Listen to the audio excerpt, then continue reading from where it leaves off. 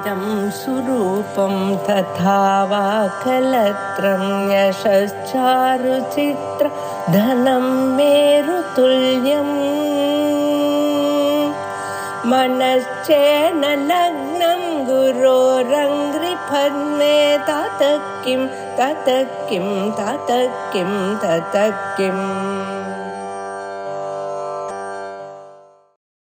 यद्येवं परत्र पूर्वदृष्टावभासः इति एतावत् अस्तु लक्ष्यम् तथाविधस्य स्मृतिरूपत्व अव्यभिचारा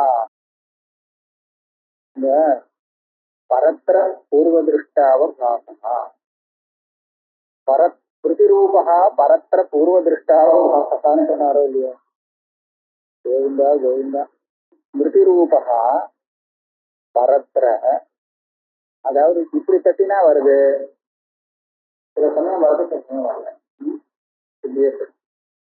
பரத்திர பூர்வதிருஷ்டாவபாசः ஏதாவது அஸ்து லட்சணம் ஆட்சத்துல ஸ்மிருதிரூபः பரத்திர பூர்வதிருஷ்டாவபாசः அப்படின்னு தானே அத்தியாசத்துக்கு லட்சணம் சொன்னார். இப்ப என்ன கேட்கிறான், ஸ்மிருதிரூபகான்னு சொல்ல வேண்டிய அவசியம் இல்லை. ஸ்மிருதிரூப சொன்னா தப்புன்னு நான் சொல்ல வரல. ஆனா பரத்திர பூர்வதிருஷ்டாவபாசனா இவ்வளவு சொன்னால் போகும். இப்ப சாஸ்திரக்காரெல்லாம் பேசுறது எவ்வளவு முடியுமோ அவளை குறைச்சி பேசுறோம். அதனால ஸ்மிருதிரூபகா அப்படின்னு சொல்ல வேண்டிய அவசியம் இல்லை. பரத்திர பூர்வதிருஷ்டாவபாசா எவ்வளவு பொறுமை. ததாவிதஸ்ய ஸ்மிருதிரூபத்துவ அவ்யபிசாரா. ஒரு லட்சணம் சொல்றதா இருந்தா நம்ம பார்ப்போம். ஒரு லட்சணம் இப்போ பிருத்திவிக்கு என்ன லட்சணம் அப்படின்னு கேட்டா எதுல கந்தம் இருக்குமோ அது அப்படின்னு சொல்லுவோம். பிருத்திவியில கந்தத்தை தவிர்த்து வேற என்ன இருக்கும்? பல குணங்கள் உண்டு. ரூபம் இருக்குமே, ரூபத்தோடும் கந்தத்தோடும் சேர்ந்து இருப்பது பிருத்திவி அப்படின்னு நம்ம லட்சணம் சொல்லலாமோ? ரூபம் கந்தம் ரெண்டுமே சேர்ந்து எதுல இருக்குமோ அதுதான் பிருத்திவி அப்படின்னு சொன்னா நான் ஒன்னும் தப்புன்னு சொல்ல வரல. இதுல ரூபத்தை கொண்டு போய் ஏன் சேர்க்கணுங்கிற, கந்தம் உள்ள பிருத்திவின்னு சொன்னா போருமோ? ரூபங்கிறது அதுல இருக்கத்தான் இருக்கு, நான் யாரும் இல்லைன்னு சொல்லவே இல்லையே. அதனால ஆனா ரூபம் உள்ளது கந்தத்தை சொல்லாமல் ரூபம் எதுல இருக்குமோ அதுதான் பிருத்திவின்னு சொன்னா தப்பு. ஏன்னா ரூபங்கிறது ஜலத்துல இருக்கு, தேஜஸ்ல இருக்கு, எல்லாத்தையும் இருக்கு. அதனால பிருத்திவிக்கு லட்சணம் சொல்லும் போது கந்தவதி பிருத்திவியில தான் சொல்லியாகும். அப்படி இருக்கும்போது அதுல அதிகப்படியாக கேட்க வேண்டிய அவசியம் இல்லை. அதே மாதிரி பரத்திர பூர்வதிருஷ்டாவபாசா இவ்வளவு சொன்னால் போதும். நித்திரூபகாங்கிற அம்சம் வந்து இருக்கு, நான் இல்லைன்னு சொல்லல. ததாவிதஸ்ய ஸ்மிருதிரூபத்துவ அவ்யபிசாரா. ததாவிதகான்னு சொன்னால் பரத்திர பூர்வதிருஷ்டாவபாசான்னு லட்சணம் சொன்னால் இந்த லட்சணத்துல எதுல நீங்க பண்ண வேண்டும்? இது இல்லாமலே ஸ்டேஷன் இருக்கு. சத்தியம் அர்த்தலப்திய ஸ்மிருதித்வமேவ ஸ்யாத் ந ஸ்மிருதி ரூபத்வம். அதாவது நீங்க சொன்ன மாதிரி பரத்திர பூர்வதிருஷ்டாவபாசா அப்படின்னு சொன்னால் போதும். ஸ்மிருதி ரூபகாங்கிறத இருக்கு, அப்படிதான் இருக்கிறது, அதனால தானா கிடைக்கும் அப்படிங்கிறத நான் இல்லையே சொல்லல. ஆனால் இவ்வளவு மாத்திரம் சொன்னால் ஸ்மிருதியை எப்படி வாரணம் பண்றது? ஸ்மிருதியில கூட பரத்திர பூர்வதிருஷ்டாவபாசா இருக்கு. ஏன்னா ஸ்மிருதியில கூட ஏற்கனவே பார்த்த ஒரு இடத்தை விட்டுட்டு வேற ஒரு இடத்துல அவனை ஞாபகப்படுத்திக்கலாமே. பரத்திர பூர்வதிருஷ்டாவபாசான்னு வருது. ஆகையால அர்த்தலப்திய ஸ்மிருதித்வமே வசியா. ஆனா அந்த ஸ்மிருதியை நான் வந்து சமம்னு சொல்ல மாட்டேன். ஏற்கனவே நினைச்சிருந்த பார்த்த விஷயத்த ஒரு இடத்துல பார்த்துருக்கான், ஆனா வேற இடத்துல அதை நினைச்சு பார்க்கறான்னா அது தப்பா இருக்கும்னு ஒன்னும் அர்த்தம் இல்லை, அது பிரமம்னு சொல்ல முடியாது. ஆனால் பரத்திர பூர்வதிருஷ்டாவபாசா அப்படின்னு சொல்லிருக்க அந்த ஸ்மிருதி கூட அதுல சேர்ந்து விடும். அந்த ஸ்மிருதி இல்லே, அது எனக்கு லட்சணம் இல்லே அப்படின்னு காண்பிக்கிறதுக்காகவே லட்சணத்துல ஸ்மிருதி ரூபா அப்படிங்கிற பதம் போட்டிருக்கு. ஸ்மிருதி ரூபத்துவம் நக ஸ்மிருதி விஷயத்தை அத்தியாசத்தும் சுத்தம். ஸ்மிருதியும் இந்த அத்தியாசத்துல சேர்க்க முடியலாமே அப்படின்னு கேட்டா ஸ்மிருதியை சேர்க்க முடியாது. ஸ்மிருதிக்கு எது விஷயமாக இருக்கோ அது அத்தியாச லட்சண லட்சியம் ஆகாது.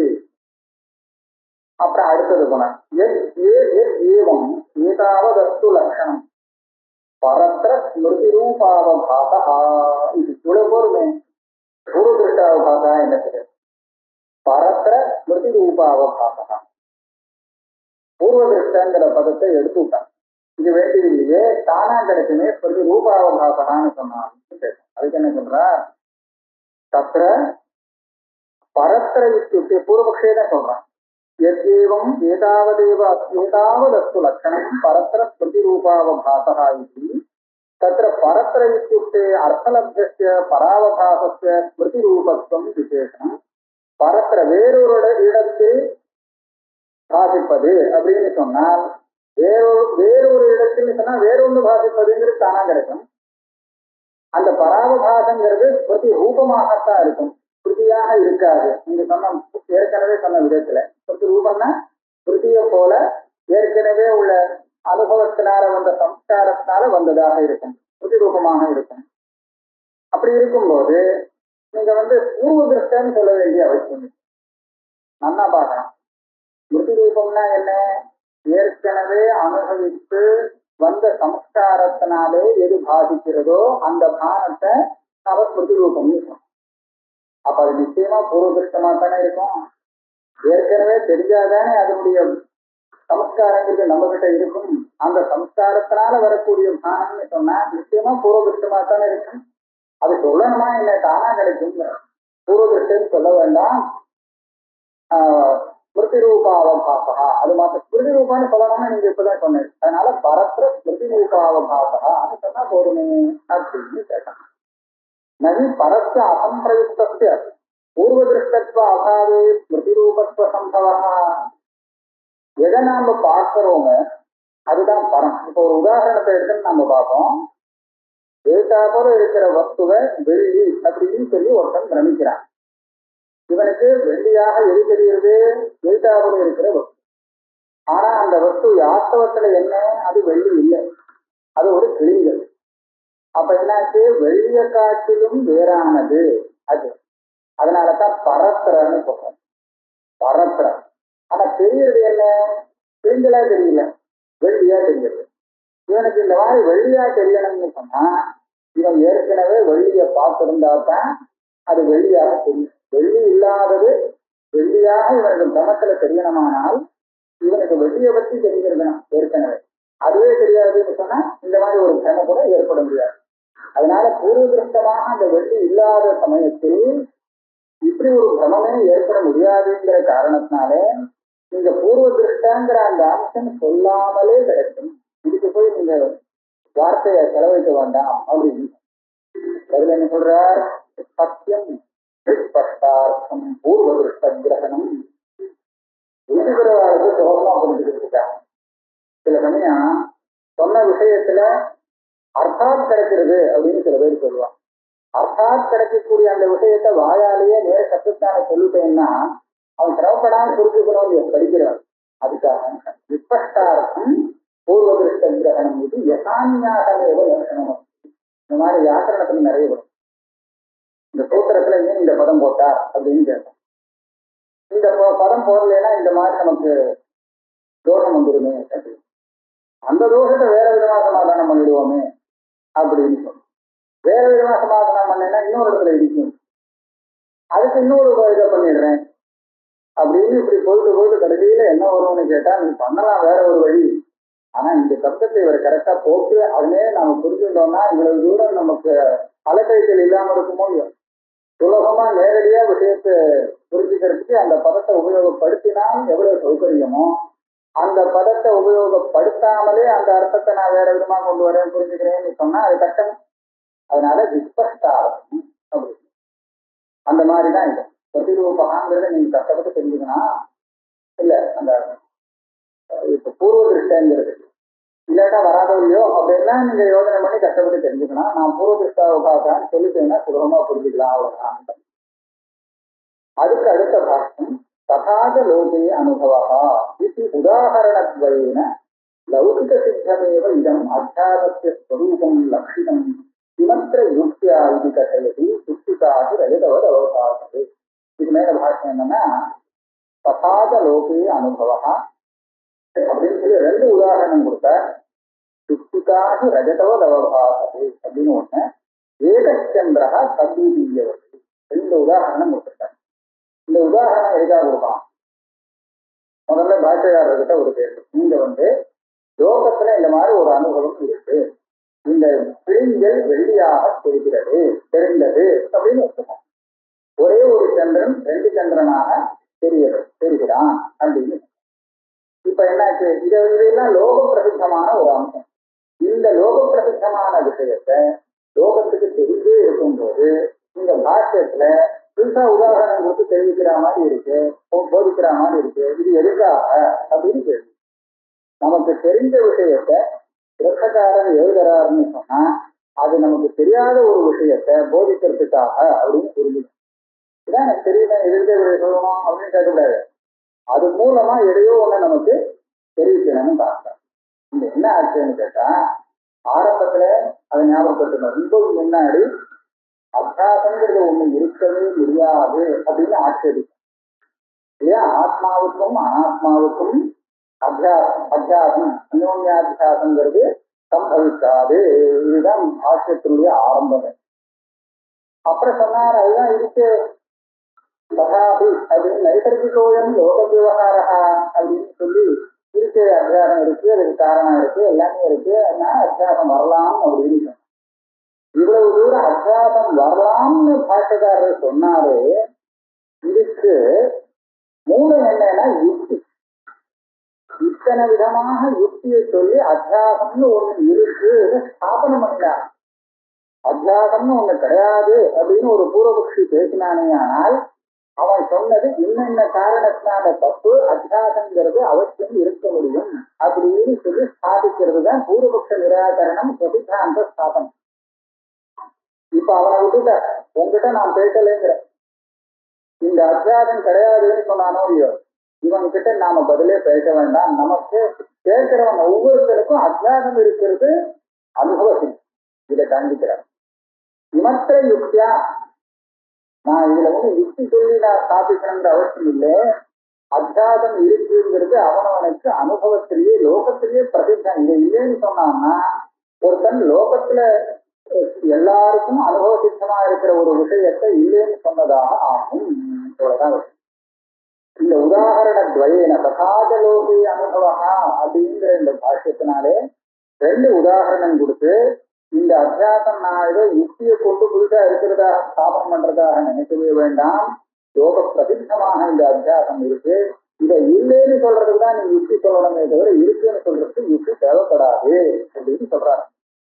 இதுக்காக தான் பிரசித்தமான அத்தியாச உதாரணத்தை எடுத்துட்டாங்க. லௌகிக சித்தமே வைடம் அத்தியாசத்திய ஸ்வரூபம் லட்சிதம். அந்த அத்தியாசத்துக்கு தான் நான் லட்சணம் சொன்னேன். இவற்ற யுக்தியா அது இருக்குன்னு ஸ்தாபிக்கிறதுக்கு நான் ஒன்றும் பிரயத்தனம் பண்ண கஷ்டப்பட வேண்டியது இல்லை. இது கதையத்தி சுத்திகாப்பு ரஜதவது அவகாசதி. இங்க ஒரு பிரச்சனை, சுத்திகாகி ரஜதவது அவகாசத்தேன்னு எப்ப சொல்லுவான்? கிழிஞ்சல் வெள்ளியாக தெரிகிறது அப்படின்னு அந்த வாக்கியத்துக்கு கிழிஞ்சல் வெள்ளியாக தெரிகிறது. தெரியுமா எங்கேயாவது? கிழிஞ்சல்னு தெரிஞ்சாச்சுன்னா வெள்ளியா தெரிய முடியுமோ? வெள்ளியாக தெரியும் காலத்துல கிழிஞ்சல்னு தெரியாது, கிழிஞ்சல்னு தெரிஞ்சா வள்ளியும் தெரியாது இல்லையா? அப்படி இருக்கிறதுக்கு எப்படி பாஷ்யத்துல இந்த மாதிரி வந்தது? சுத்திகாக ரஜதவத அவகாசத்தை எப்படி சொல்லலாம்னு கேட்டேன். நானும் சுத்திகா பிரதிபாசதே ரஜதமேவ பிரதிபாசதே. சுத்திகா அந்த பிரமகாலத்துல அவனுக்கு சுத்திகா தெரியவே இல்லை. அவனுக்கு என்ன தெரியுதுன்னா வெள்ளித்தான் தெரியுது. அவன் சொல்லுவானோ சுத்திகையாக்கும் வெள்ளியா தெரியுதுன்னு சொல்லவே முடியாது. சுத்திதான் தெரியுது, வெள்ளித்தான் தெரியுதுன்னு தீர்மானமா சொல்லுவான். ஏன்னா அதனால இவர் சொன்ன வார்த்தை சரியா இல்லையே. சுத்திகையானது வெள்ளியாக தெரிகிறது அப்படின்னு சொல்லக்கூடாது. சுத்திகா இது ரஜதவத்தை உகலும் நோகபத்தியத்தை ரெண்டு சேர்த்து சொல்லிட்டாரே, இது சரியாகாது. அப்ப அந்த பாஷ்யத்துக்கு என்ன உபபத்தின்னு பஞ்சபாதிகாச்சாரியர் சொல்றது.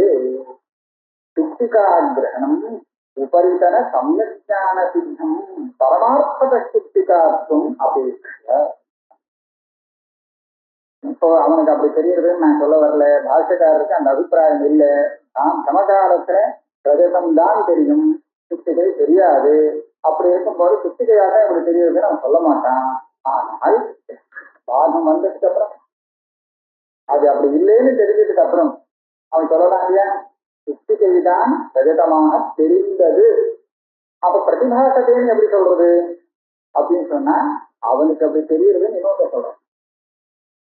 யாரு ஒருத்தனுக்கு பிராந்தி வந்திருக்கு, இவன் வெள்ளி வெள்ளின்னு சொல்லிட்டு இருக்கானே, அவனை பார்த்து அவனால சொல்ல முடியாது, அவனுடைய வார்த்தையா இதை வச்சுக்க வேண்டாம். ஒரு நல்ல தத்துவஞானி சுத்திகே சரியா பிராந்தி பிரம வராதவன் இருக்கானே, அவன் சொல்றான், அப்பா இது சுத்திகையாகவும் உனக்கு ரஜதமாக ரஜதம் போல பிரகாசிச்சிருக்கு, இது நிஜமான வெள்ளி கிடையாது அப்படின்னு சொல்றான். யாரு சொல்லாம தெரிஞ்சவன், விஷயம் தெரிஞ்சவன், அதை வச்சுட்டு நம்ம சுத்திகாகிரகணம் உபரிதன சம்யஜான சித்தம் பரமார்த்த சுத்திகாத்வம் அபேட்ச. உண்மையான சுத்திகார்த்தம் சுத்திகார் தன்மை தான் அங்க இருக்கு, அதை வச்சு சொல்றார் இன்னொருத்தர். அப்புறம் இன்னொரு கேள்வி என்னன்னா, ரஜதம் போல பிரகாசிக்கிறதுன்னு எப்படி சொல்லலாம்? ரஜதமா தானே பிரகாசிக்கிறது. ரஜதவர் அவபாசத்தேன ரஜதம் போல, நம்ம சொல்றது கூட ரஜதம் போல தெரிஞ்சது அப்படின்னு சொல்றோம். ரஜதம் போல தெரியல, ரஜதமாகவே தெரிஞ்சது. எப்படி அந்த ரஜதம் போலான வதி பிரத்யேக பிரயோகம் எப்படி பண்ணலாம்னு அடுத்த கேள்வி. அந்த கேள்விக்கு பதில் சொல்றார், வதி கிரகணம் சம்பிரயுக்த ரஜதஸ்வரூபஸ்ய மித்யா ரஜத சம்பேத இவ அவபாசனம் அங்கீகிருத்திய. ஏன் அந்த இவசப்தம் போட்டார்? வதி பிரத்யம் போலங்கிறது எதுக்காக போட்டார்னு சொன்னா, அங்க நிஜமாக ரஜதத்துக்கும் சுத்திகைக்கும் சம்பந்தமே கிடையாது. ரஜதம் பொய்யானது, சுத்திகையானது நிஜமா அங்க இருக்கக்கூடியது. ஒரு பொய் ஒரு நிஜம் ரெண்டுக்கும் உண்மையில் சம்பந்தம் கிடையாது. இப்ப தெரிஞ்சது என்ன, பொய் தெரிஞ்சுதா நிஜம் தெரிஞ்சுதா அப்படின்னு பார்க்க. அத்தியாச பாஷ்யத்துல சத்தியாமிருதே நிபுணீகிருத்திய அப்படின்னு வெறும் பொய் தெரியாது, நிஜத்தோடு சேராமல் பொய் தெரியவே தெரியாது அப்படின்னு ஒரு நிலை. ஆக பொய் நிஜத்தோட சேர்ந்து நிஜமா தெரியணும், நிஜமாம் போல தெரியணும். நிஜம் போல இல்ல நிஜமாக தெரியணும், ஆனா அது நிஜம் ஆயிடாது, அதனால நிஜம் போலன்னு. அப்ப அதை வச்சுட்டு சுத்திகையோடு உண்மை, சுத்திகையை நான் உண்மைன்னு வச்சிருந்தேன்னா, அந்த ரஜதங்கிறது பொய்னு வச்சிருந்தேன்னா, இது ரெண்டும் ஒன்றாக முடியுமா? முடியவே முடியாது இல்லையா? ஆகவே ஆகாது. பொய்யும் நிஜமும் எப்படி ஒன்னாகும்? பொய் அது பொய், இது நிஜம், அது வேற இது வேற. ஆக இது ரெண்டும் ஒன்னாக முடியாது. ஆனா தெரியும் போது எப்படி தெரிகிறது? சேர்ந்த மாதிரி தெரிகிறது. எப்படி சேர்ந்தது? அதுதான் மிச்சா அப்படின்னு சொல்றதுக்காக அந்த வதி பிரத்யேக பிரயோகம் பண்றது. சம்பிரயுக்த அரஜதஸ்வரூபஸ்ய, அரஜதம் தான் அது நிஜம். அந்த மிச்சாரஜத சம்பேதான சம்பந்தம் இவ அவபாசனம் அங்கீகரிக்க. ஆக ஒண்ணு பொய்னு தெரியுது. எது பொய்ங்கிறது எப்படி தெரிகிறது? முன்னாடி தெரிஞ்சது பொய், பின்னாடி தெரிஞ்சது பொய், இது ஏதாவது சொல்ல முடியுமா? முதல்ல ரஜதம்னு தெரிஞ்சது, அப்புறமா என்ன தெரிஞ்சது? ரஜதம் இல்லை, சுத்திகைன்னு தெரிஞ்சது. சுத்தி தான் இது. இப்ப சுத்திகைன்னு சொல்றது நிஜம், முன்னாடி தெரிஞ்சது அது பொய் அப்படின்னு நம்ம வச்சுருக்கோம். ஆனால் பொருட்களுக்கு இப்படி கூட வரலாம் இல்லையா? முதல்ல தெரியாத ஞானம் அப்புறம் கூட பிரம்மம் வரலாமா?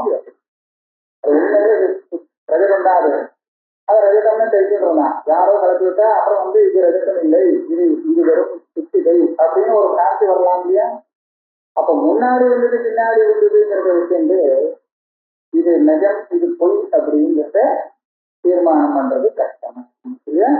அப்ப என்ன சொல்லலாம்? மிச்சாத்வத்தை எப்படி தீர்மானம் பண்றதுங்கிறத ஒண்ணு காண்பிக்கிறேன். மிச்சாத்வம் அப்படி ரஜதஸ்ய ஆடந்திக தோஷ நிமித்தத்வா அனந்தர பாத தர்சனாச்ச கர்த்ததே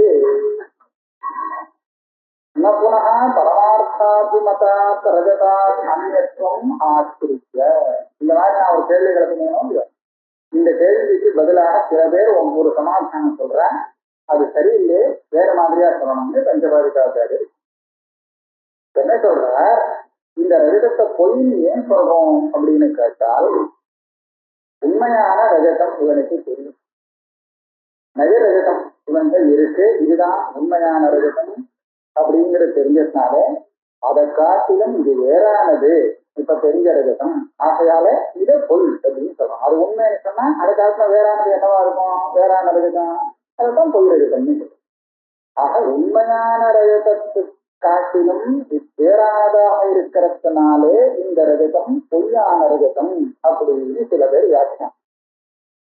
இது நமக்கு எப்படி இது அனிஷ்டமாகும், இதனால நமக்கு என்ன ஒரு நஷ்டம் ஏற்படும் அப்படின்னு கேட்டா, இப்படி வியாக்கியானம் பண்ணினால் பிரபஞ்சத்தை பொய் அப்படின்னு சொல்லும் போது உண்மையான ஒரு பிரபஞ்சத்தை காட்டிலும் வேறானதாக இருப்பதாலே சொல்லும்படியா.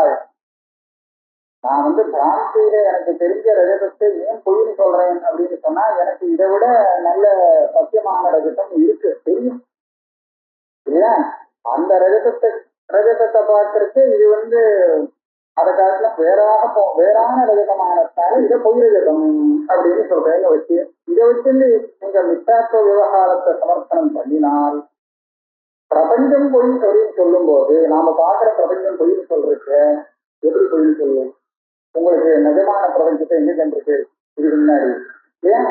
அப்ப நிஜமாக ஒரு பிரபஞ்சத்தை வச்சுட்டு அப்புறம் இந்த பிரபஞ்சம் பொய் அப்படின்னு சொல்றதுக்கு உங்களுக்கு இடம் கிடைக்காது. அதனால அப்படி சொல்லாது. ரஜதா அந்நியத்து நகரஜதா அந்நியத்துங்கிறதுனால பொய் ரஜதம்னு சொன்னதாக வச்சுக்காருங்கோ.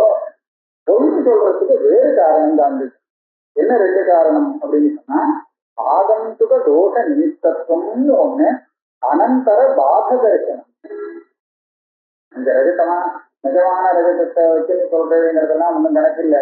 இப்போ பார்த்த ரஜதம் அடுத்த கணத்துல கிட்ட போய் பார்த்த உடனே அப்படி இல்லைன்னு தெரிஞ்சு போச்சு. பாகஜானம் பாகத்தை பத்தியும் மேல விசாரிப்பாங்க. இந்த பாகத ஜானம் வர காரணத்தை வச்சு அதை நீங்க பொய்னு சொல்றது ஒண்ணு. இன்னொன்னு, இந்த ரஜதம் இந்த காரணம் இந்த தோஷத்தினால இங்க தெரியுது, நிஜமா இப்படி தெரிஞ்சிருக்க கூடாது. எனக்கு நிஜமா அங்க எப்படி தெரிஞ்சிருக்கணும் நியாயமா, இது வெள்ளி இல்லை, இது ஒரு சுத்திகை தான் அப்படின்னு எனக்கு தெரிஞ்சிருக்கணும். ஆனா இந்த மாதிரி ஒரு தோஷம் இருந்த காரணத்தினால, ஏதோ ஒரு தோஷ காரணத்தினால அது வெள்ளி அப்படின்னு தெரிஞ்சுது. அப்ப என்னாச்சு, வெள்ளி தெரியறதுக்கு காரணமானது ஆகந்துகமான ஒரு தோஷம். ஆகந்துக தோஷம் ஏன் சேர்த்து போடுவான்னு கேட்டா, ஆகந்துகம்னா அப்போ ஏற்பட்ட தோஷம். அதாவது திருப்பம் முதல்ல இல்லை, அனாதி காலமாக இல்லை, சாதியாக அப்பப்போ காரணத்தினால உண்டாகக்கூடிய ஒரு தோஷம். இது ஆகந்துக தோஷம்னு சொல்லுவோம். அனாதியாக ஒரு தோஷம் இருக்கு, இந்த அவித்யைன்னு சொல்லுவோம். இந்த அவித்யா தோஷம் ஆகந்துக தோஷம் கிடையாது, இந்த அனாதி தோஷம். அவித்யா தோஷத்தினாலதான் பிரபஞ்சமே தெரியுது. அப்படி இருக்கிறது இதை பொய் சொல்றது இல்லையே. நம்ம ஆகந்துக தோஷத்தினால வந்தா அப்ப பொய் சொல்லுவோம். கண்ணுல ஏதோ காமாடைன்னு ஒரு தோஷம் இருக்கு, அதனால இதெல்லாம் மஞ்சளா தெரியுது அப்படின்னு சொன்னா தெரியறது தெரியல. கண்ணு நன்னாவே இருக்கிறது தெரியறத பொய்ன்னு நம்ம சொல்ல முடியுமா? அப்படி சொல்ல முடியாது. அதனால அதுவும் அவித்யா தோஷத்தானதானே தெரியுதுன்னு கேட்டா, அதனாலதான் ஆகந்துக தோஷம் சொன்னோம். அவித்யா தோஷமா இருக்கலாம், ஆனா அது ஆகந்துக தோஷம் இருக்கு. அதனால உற்பத்தியாகக்கூடிய ஒரு தோஷத்தினாலே எது தெரிகிறதோ அது உண்மை இல்லை அப்படின்னு ஒரு வியாசம். இப்ப வெள்ளியாக தெரிஞ்சதுக்கு காரணம் வேற ஒரு தோஷம். இந்த தோஷத்தினால தெரிகிற காரணத்தினாலே அது பொய்யானது ஒண்ணு. அதுக்கப்புறம் இங்க வெள்ளி இது இல்லவே இல்லைன்னு படிச்சுன்னு தெரிஞ்ச பாதவிஞானம் ஏற்பட்டதுனாலையும் அதை நான் பொய்ன்னு இப்படி சொன்னேன்னா உங்களுக்கு சரியா போகும். பிரபஞ்சத்தை பொய்ன்னு சொல்றதுக்கும் இனியும் ஒரு தோஷம் காரணமாக இருக்கிறதுனாலதான் பொய்ன்னு சொல்றேன்னு ஒண்ணு. பரமார்த்தமான தத்துவஞானம் ஏற்பட்டு இருக்குன்னா அதுக்கப்புறம் இந்த பிரபஞ்சம் பாதிதமாகும். இது உண்மை இல்லைங்கிற விஷயம் தெரிஞ்சு போறதுங்கிற காரணத்தாலையும் இதை பொய்ன்னு சொல்றேன். வேற நிஜமான பிரபஞ்சம் தனியா இருக்கு, அது வேற, இது பொய்யான பிரபஞ்சம்னு சொல்ல வரது. சூலாவித என்ன சூலாவித்யா சொல்லலாம். மற்ற எல்லா தோஷத்தையும் ஆகந்துக தோஷப்படி பேசணும். மிச்சாத்வம் அப்படி ரஜதஸ்ய ஆகந்துக தோஷ நிமித்தத்வா அனந்தர பாத தரிசனாச்ச கத்தியதே ந புனः பரமார்த்தாத்மகா ரஜதா அந்நியத்துவம் ஆஸ்ரித்ய. இது முடியும். தத்ர அசம்பிரயுக்தத்வாத் ரஜதஸ்ய ந இதந்தாவபாசः தத்கதः கிந்து சம்பிரயுக்தகதः இவ அபரோக்ஷாவபாசத்து संस्कारजन्मनोऽपि रजतोल्लेखस्य दोषबलात् इन्द्रियज्ञानान्तर्भावाच्च इति दृष्टम्.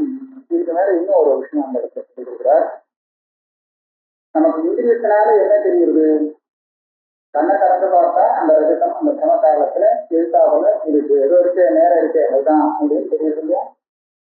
இப்போ கண்ணால தெரியணும்னா நம்ம இந்திரியத்துக்கும் அதுக்கும் சம்பந்தம் இருக்கு, அப்பதான் அது தெரியும். இந்திரியத்துக்கும் வெள்ளிக்கும் சம்பந்தம் இருக்கோங்க, வெள்ளியே அங்க இல்லை. அப்ப இந்திரியத்துக்கு நம்ம கண்ணுக்கும் அந்த வெள்ளிக்கும் எப்படி சம்பந்தம் வரும் இல்லையா?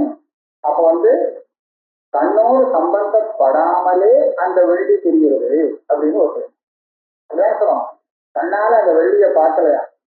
நம்ம வேதாந்த சித்தாந்தப்படி பிரம வரும்போது பிராந்தியில தெரியக்கூடிய அந்த வெள்ளியோ எது தெரியுமோ அந்த வஸ்துவை, அந்த இல்லாத வஸ்துவை அவன் இந்திரியத்தினால பார்ப்பதில்லை. அந்த இடத்துல அதுக்கு தனியா ஒரு விருத்தி, அவித்யா விருத்தியை ஒத்துக்கிறோம். சாட்சியால பார்க்கறான்னு சொல்றோம். கண்ணால பார்க்கறதுக்கு அது தெரியறதுக்கு முன்னாடி கண்ணோடு சம்பந்தப்பட்டிருந்தா தான் பார்க்க முடியும். இந்திரிய சம்பந்தம் இதை இந்திரிய சம்பிரயுக்தம். இப்ப ரஜதமானது அசம்பிரயுக்தம், இந்திரிய சம்பந்தம் இல்லாதது. அப்படி ஆனதுனால அது ஏதோ இருக்கா போல இருக்கு அப்படின்னு சொல்ல முடியாது. அதனால இதந்தானா இருக்கா போல இருக்கும் தன்மை. இது ரஜதம்னு சொல்லணுமா? இதுன்னு சொல்றது இருக்கா போல இருக்கிறது இதுன்னு சொல்றது குறிப்பிடறது. அப்ப இதந்தாங்கிற அம்சம் இருக்கு, இந்த அம்சம் ரஜதத்தை சேர்ந்தது கிடையாது. இதந்தாவபாசா தத்கதா, ரஜதம் இதோ இருக்கு அப்படின்னு அதுல ஒரு புரோவர்த்தித்துவம் தெரிகிறதே, இது ரஜதத்தை சேர்ந்த அம்சம் இல்லை. இந்து சம்பிரயுக்தகதா வாஸ்தவமா அந்த சம்பிரயுக்தமா இருக்கிறது என்ன? சுத்தி. இந்த சுத்தியில இருக்கக்கூடிய அந்த புரோவர்த்தித்துவம் இதந்தங்கிற தன்மையானது ரஜதத்துல தெரியுது, அதோடு சேர்ந்து தெரியுதுனார். சுத்தி மறையிறது, ரஜதம் தெரியுது அப்படின்னு சொல்றோமே, அந்த சுத்தி மறைகிறதுனா சுத்தமா அதுல சர்வாம்சமும் மறைஞ்சு போயிடுச்சுன்னா அப்புறம் ஒன்றும் தெரியவே தெரியாது. ஒரு சுத்தி இருக்கு, அந்த சுத்தி அப்படியே ஒரு போர்வையை போட்டு மறைச்சுட்டோம்னு வச்சுங்களேன், அந்த ரஜத ஞானம் பிரமம் வருமோ? அதுவும் தெரியும், இதுவும் தெரியும். ஆனால் சுத்தியாக தெரியக்கூடாது. சுத்தியாக தெரிஞ்சால் நமக்கு பிராந்தி வர முடியாது. அது மற்ற சாதாரணமான அம்சத்துல அது தெரியலாம். அதனால அதுல உள்ள ரஜதத்துவ அம்சம் இருக்கு, இது மறையல, சுத்தித்துவ அம்சம் மறைஞ்சு. சுத்தி தெரியறது எப்படி தெரிகிறதுனா இதம்னு தெரிகிறது. இதுதான் நம்ம இந்திரியத்தால தெரியுது. அது மேல அதுக்கு நாம சுத்திக்கு பதில் ரஜதத்தை ஆரோபணம் பண்ணிட்டோம். அப்ப இதன்கும் எதை சேர்ந்தது? இதுன்னு எதை காண்பிச்சு அவன் சொல்றான்? சுத்தியை காண்பிச்சுக்கிறான். அப்ப இதுங்கிற அந்த அம்சமானது சுத்தியை சேர்ந்தது ரஜதத்துல தெரிகிறது. ரஜதத்து இதன்கும் கிடையாது. இந்து சம்பிரயுக்தகதா இதந்தாவபாசம். அபரோக்ஷாவபாசஸ்து சம்ஸ்கார ஜன்மனோபி ரஜதோல்லேகஸ்ய தோஷபலாத் இந்திரியஜான அந்தர்பாவாச்ச இது திரஷ்டம். இதுல இன்னொரு அம்சம், பிரத்யக்ஷமா அது தெரிகிறது இல்லையா? ரஜதம் பிரத்யக்ஷமா தெரியணுமானால் அந்த ரஜத ஜானம் இந்திரியத்தினால உண்டானதாக இருக்கணுமே, அப்பதான் அது பிரத்யக்ஷமா தெரியும். இந்திரியத்தினால உண்டாகாத ஜானம் பிரத்யக்ஷமாக ஆகுமோ? தன்னால பார்க்கல ரஜதம் இருக்குன்னு யாரோ சொன்னா அப்படின்னா அந்த ரஜத ஜானம் பிரத்யக்ஷம்னு சொல்ல முடியுமா? முடியாது. ஆனா இங்க எப்படி தெரியுது? ரஜதம் நேரவே தெரியுது, பிரத்யக்ஷமா தெரியுது. ஆனா பிரத்யக்ஷமா தெரியணுமானால் அதுக்கு என்ன வேணும்? இந்திரிய சன்னிதர்சனம் வேணும். அதுதான் இல்லைன்னு இருக்கு. அப்ப எப்படி தெரியுது? எப்படி தெரியுதுன்னு கேட்டா சம்ஸ்காரத்தினால தெரியுது. சம்ஸ்காரம்னா நினைச்சு பார்க்கறான்னு அர்த்தம் ஆயிடும். அது ஒன்றும் பிரத்யக்ஷம் இல்லை. ஏற்கனவே தெரிஞ்சதை சம்ஸ்காரம் இருக்கிறத வச்சுட்டு நினைச்சு பார்த்தாங்கன்னா அது பிரத்யட்சமாகுமா என்ன? ஆகாது. அப்ப எப்படி அதை பிரத்யட்சம்னு சொல்றதுன்னு கேள்வி. பதில் சொல்றார், சம்ஸ்கார ஜன்மனோடு ரஜதோல்லேகத்துவ. சம்ஸ்காரத்தினால்தான் இது உண்டானது ரஜதங்கிற ஞானம். ஆமாம், இருந்தாலும் தோஷபலா இந்திரிய ஞான அந்தர்பாவாக உங்ககிட்ட இருக்கிற தோஷமானது பிரத்யட்சமா வந்த அந்த ஞானத்தோடு அந்த ரஜத ஞானத்தை சேர்த்து விட்டுரும். எப்படி அந்த சுத்திங்கிற ஏத்தாப்புல இருக்கிற வஸ்துவில ரஜதத்தை சேர்த்து விட்டு ரெண்டையும் ஒன்னா பண்ணி விட்டுதோ தோஷமானது, அதனால இதுவே ரஜதம்னு தீருதோ, அதே மாதிரி அந்த இடம் சுத்திக்கா தியானம் எனக்கு பிரத்யட்சமான தியானம் வந்தது. அந்த தியானத்துல ரஜத ஞானத்தை ஒன்னா சேர்த்து விட்டு அந்தர்பாவா, இந்திரிய ஞான அந்தர்பாவா. இந்திரியத்தினால உண்டான ஞானம் இது வேற, ரஜத ஞானம் வேறு அப்படின்னு அந்த வேற்றுமை தெரியுறதோ அங்க பிரமகாலத்துல சுத்தமா தெரியாது. இவனுக்கு ரஜதம் தெரிகிறது, இந்திரியத்தினாலேயே தெரியுது அப்படின்னு ஏன் சொல்றான்னா, இந்திரியத்தினால அங்க ஒரு ஞானம் வந்துருக்கு. அந்த வந்த ஞானம் இருக்கு, அதோடு இந்த ரஜத ஞானமானது ஒன்னா போயிடுது. ஒன்னா போயிடுச்சுன்னு சொன்னா தோஷத்தினால அப்படி தெரியுது. அப்படி தெரியறதுனால இவன் அந்த ரஜதமும் கண்ணுக்கு தெரியுதுன்னு சொல்லிக்கிறான். நாம அப்படிதான் சொல்லுவோம். ஒரு உதாரணம் பாருங்க. நாம வெள்ளம் எப்படி இருக்கும்? மதுரமாக இருக்கும். வெள்ளத்துல இருக்கக்கூடிய இந்த மாதுரியம் நமக்கு எப்படி தெரியுது? நாக்குனால தெரியுது. அப்படி இந்த ரசனேந்திரியத்தினால்தான் அதை நாம புரிஞ்சுக்கிறோம். நாக்குனால தெரியுறதுன்னு எப்படி தெரியுது? வாயில போட்டா தெரியுறதுங்கிறதுக்காகவா? வாயில போட்டா தெரியுறது அப்படிங்கிறதுக்காக நாக்குனால தெரியுறதுன்னு சொல்லிட முடியாது. ஏன் தெரியுமா? வாயில அந்த வெள்ளத்தை போட்டா முதல்ல கঠিன ஸ்பர்ஷம் ஒண்ணு தெரியுது. தெரியுதா இல்லையா? அது கொஞ்சம் கடினமாக இருக்கு. அப்புறம் மெதுவா அது கரையிறது, அதெல்லாம் தெரியுது. இதெல்லாம் நாட்டினாரையா தெரியுது? அந்த சுவதீந்திரியம் இருக்கு. ஸ்பர்சத்தை தெரிவிக்கிறதுக்கு சுவதீந்திரியம் இருக்கு. தொக்கு இருக்கு, இதுதான் அந்த ஸ்பர்சத்தை காண்பித்து கொடுக்கும். சுத்தமா இருக்கா, சீத்தமா இருக்கா, வெளியில இருக்கா, சூடா இருக்கா அப்படிங்கிறது எப்படி தெரியுது? சுவதீந்திரியத்தினால. நாக்கில போட்டாலும் தெரிய முடியாது. அப்ப இந்த அம்சமானது சுவதீந்திரியத்தினால தெரிகிறதா இல்ல ரசனேந்திரியத்தினால தெரிகிறதா மாதுரியம் அப்படின்னு கேட்டா நீங்க என்ன சொல்லணும்? ஒரு பரிசம் தான் சொல்லணும். பிரத்யட்சமா உடனே தெரிகிறதுன்னு சொல்ல முடியாது. சத்தியம் வந்துடுமே. அப்ப என்ன சொல்லணும்னா, சுவதீந்திரியத்தினாலே அந்த மாதுரியம் தெரியக்கூடிய விஷயமா இருந்தால் அந்த வெள்ளத்தை உடம்புல எந்த இடத்துல வச்சாலும் அந்த மாதுரியம் தெரியும். சுவதீந்திரியம் இருக்கும். இப்ப அந்த சூடு, அந்த சைத்தியம் இதெல்லாம் எங்க வச்சாலும் தெரியுமோ? நாக்கில பட்டாதான் தெரியும் இல்லை. அதுல உள்ள சூடை எங்க வச்சாலும் தெரியும். ஏன்னா சுவதீந்திரியம் எல்லா இடத்துலையும் இருக்கு. ஆனா அந்த ருசி இருக்கு, அது நாக்கில போட்டாதானே தெரியுது. அதனாலதான் அது சுவதீந்திரியத்தினால தெரியல, ரசனேந்திரியத்தினால தெரிகிறது அப்படின்னு அன்வய விபரீதத்தினால கண்டுபிடிக்கும். இதை நான் எதுக்கு சொல்றேன்? இதை நீங்க பழக்கப்பட்டு போனதுனால இது பிரத்யட்சம்னு சொல்றேன். நிஜமா இது பிரத்யட்சமே இல்லை. ரொம்ப அனுமானம் பண்ணி அன்வய விபரீதம் பார்த்து கட்டப்பட்டு படிச்சுக்கலாம். கதை நேர தெரிகிற மாதிரி இல்லை இந்த விஷயம். எதனால தெரியுது அப்படிங்கிறது நீங்க யோஜனை பண்ணணுமே தவிர பிரத்யட்சமா எனக்கு நாகால தெரியுறதுன்னு சொல்லவே கூடாது நிஜமா. ஆனா இந்த அம்சம் ரொம்ப பிரத்யட்சமா போகுது. ருச்சி தெரியணும்னா நாக்கில போடுறது அப்படின்னு நல்லாவே தெரிஞ்சு கொடுத்துங்கிறதுனால ரொம்ப தீர்மானமா இருக்கிறதுனால அதை பிரத்யட்சம் உபச்சாரமாக சொல்லப்படும். நிஜமான பிரத்யட்சம். நான் எதுக்கு சொல்றேன்னா, பிரத்யட்சம் இல்லாதத கூட பிரத்யட்சம் அப்படின்னு சொல்ற வழக்கம் வந்தார்.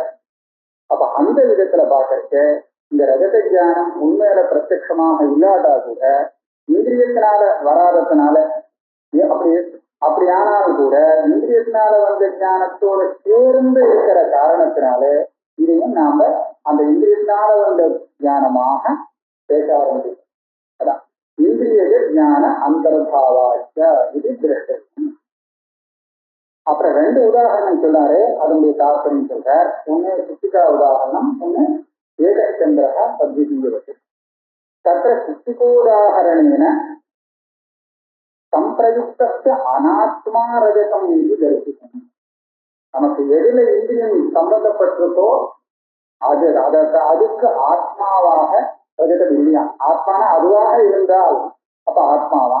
அதுவாக இல்லை, அது ரஜதமாக இல்லை. எது நாம பார்க்கிறோமோ அது ரஜதம் இல்லை, அது அனாத்மான்னு தெரிஞ்சுக்கிறதாம்.